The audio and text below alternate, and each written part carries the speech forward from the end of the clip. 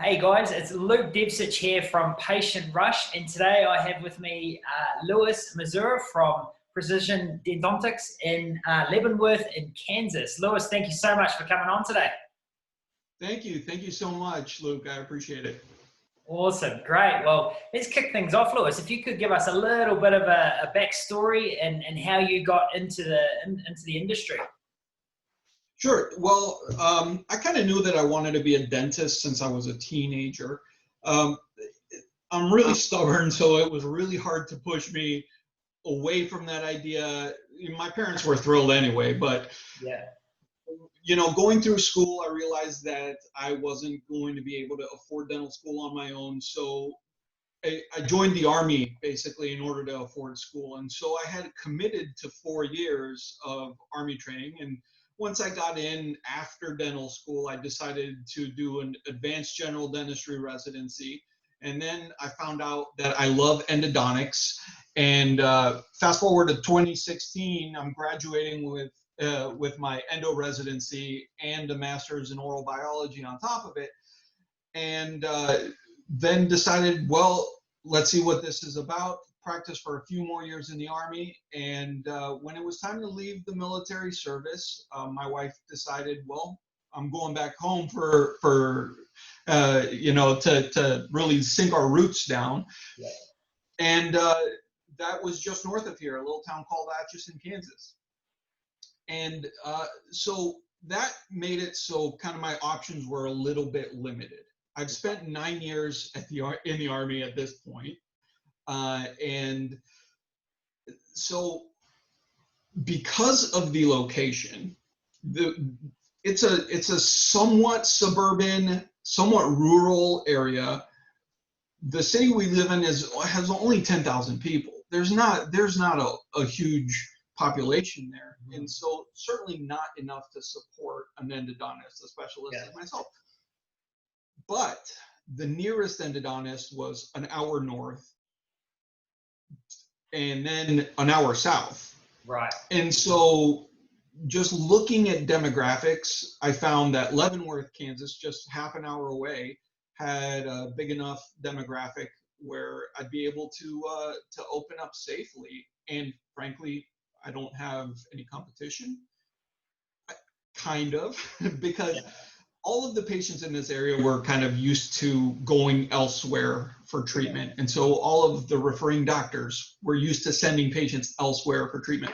And so everything came about just jumping with both feet into the fire and making a go of it. And so far, everything has been fantastic. Awesome. That's a cool story, Luis. I love that. I don't know why, but I love hearing it when people have like a strong intention or they know what they want to do from a young age. There's something cool about that. My wife would call it bullheaded. Yeah. Okay. Awesome. And so, so how long have you been in your clinic where you are now, Luis? Actually, this clinic just celebrated its 1-year anniversary in July. Okay. Wow. So it's been an interesting year then. So how has everything that we've experienced, in 2020 with COVID, how's that influenced what you're doing and the sort of the vision you had and how that first 6 months went, or 8 months? Sure. Well, like any business, brand new business starts up. It was slow. It ramped up. Word got out that I'm around. Yeah. And things just started clicking. And then COVID hits. And who expects that a worldwide pandemic is going to hit during their first year of their brand new business? Totally. And, this was the most, as far as I'm concerned, the most opportune time for a pandemic to hit, because we're not stuck in our ways. Yeah. We have so much flexibility because we're rewriting the script every single day. Yeah. And so making an adjustment wasn't too difficult. Ultimately, I'm in a really niche industry. I do root canals for a living. Yeah. And so when patients have a toothache, they're not going to wait months and months and months in order to have it taken care of, that's Yeah. an emergency. Yeah. You know, abscesses are an emergency. And so thankfully, I stayed busy enough to keep the doors open. We definitely took a hit. But it's given us an opportunity to not only show what, you know, that we are here for the community. It's given us an opportunity to speak to people directly, one-on-one, do a little bit more direct-to-consumer marketing, because the majority of our marketing was based to our referring doctors. Yeah. We did a little bit more consumer marketing, just letting people know that we were there. Yeah. What we did, and it basically kind of turned the tables on how we approached our patients. Thankfully, we've developed a good enough relationship with all of our referring doctors that it wasn't a question that we would be there for them when they needed help. And so when COVID hit, when our referring doctors had to close their businesses, we were still open, helping them take care of their patients.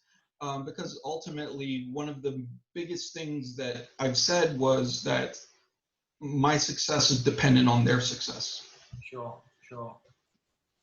Fantastic. Yeah, it's interesting, isn't it? Like it seems that a lot of businesses, and in particular, like the patient-based sort of business, and then, you know, dentists, people either take, you know, the sky is falling approach, or let's band together and make the best of, let's use this time, let's do what we need to do and get through it. And obviously that's what you've done, which is awesome. It's been good. It's been good. Absolutely a learning experience, but a beneficial one. Yeah. Nice, Luis. Nice. And then sort of you mentioned there a little bit about marketing. How, you know, since you've had this business and anything else that you've done in the past, how important has marketing been? And it sounds like you've mostly done a form of marketing to connect you with the network of doctors in your area. What sort of strategies have you used? What's been successful? What can you share with the audience? Well, there are a lot of traditional marketing techniques when you kind of get into an endodontic scape. There are consultants that are focused specifically on endodontists. Why? And the reason why is because our relationship with our patients and our relationship with our referring doctors are a very unique one. So thankfully, a lot of it kind of came naturally to me, in that, yes, our relationship and our marketing is based towards our referring doctors, first and foremost. Like I mentioned before, my first priority is taking care of the patient and doing what's best for them all the time. Number one. But I'm also taking care of my referring doctor and doing what's best for them and taking care of them all the time. And making sure that they are more successful because of the work that I do. And so communicating that has been absolutely key, and making sure, not just through my words, but through my actions, and showing my doctors that I am there for them and I'm willing to, you know, bend over backwards to help them, has made me a part of the community, has increased my business potential exponentially, has given me the opportunity to develop a word of mouth type of marketing approach that, you know, frankly is fantastic. Now with COVID hitting, I did go in and do a little bit more direct to consumer marketing. And the reason why is because my referring docs weren't there to tell their patients about me. They weren't there, you know, even in some cases for emergencies. And so, you know, the basis of what I had to do was then hopping onto Facebook, hopping onto Google, hopping onto Instagram even, and making videos, educating people about, you know, root canals, about endodontic emergencies, why they want to get it taken care of sooner rather than later, you know, especially in order to keep them out of the hospital. But most importantly, it gave me the opportunity for me to go out to the community and say, we are open and we are here for you. And that kept us alive, frankly. Yeah, nice. So will you be moving forward, as time passes and we move away from, the situation, do you think you'll balance the building those relationships with doctors and to consumer? A little bit. Things, just 2 months ago, we had the busiest month we've ever had. Wow. Which is kind of crazy to say in the middle of a pandemic, but we've grown that well and we've developed those relationships. To me, the personal relationship with my referring doctor, the availability that I have to speak to them one-on-one about problems with their patients, problems with care, allowing me to educate them, even if they want to do a root canal. And again, me being there for them is my number one form of marketing. There is no other. Things like seeking out Google reviews, however, from my patients has been absolutely, it's been such a substantial benefit for my practice, because I go and it's just a simple question. Hey, we're new.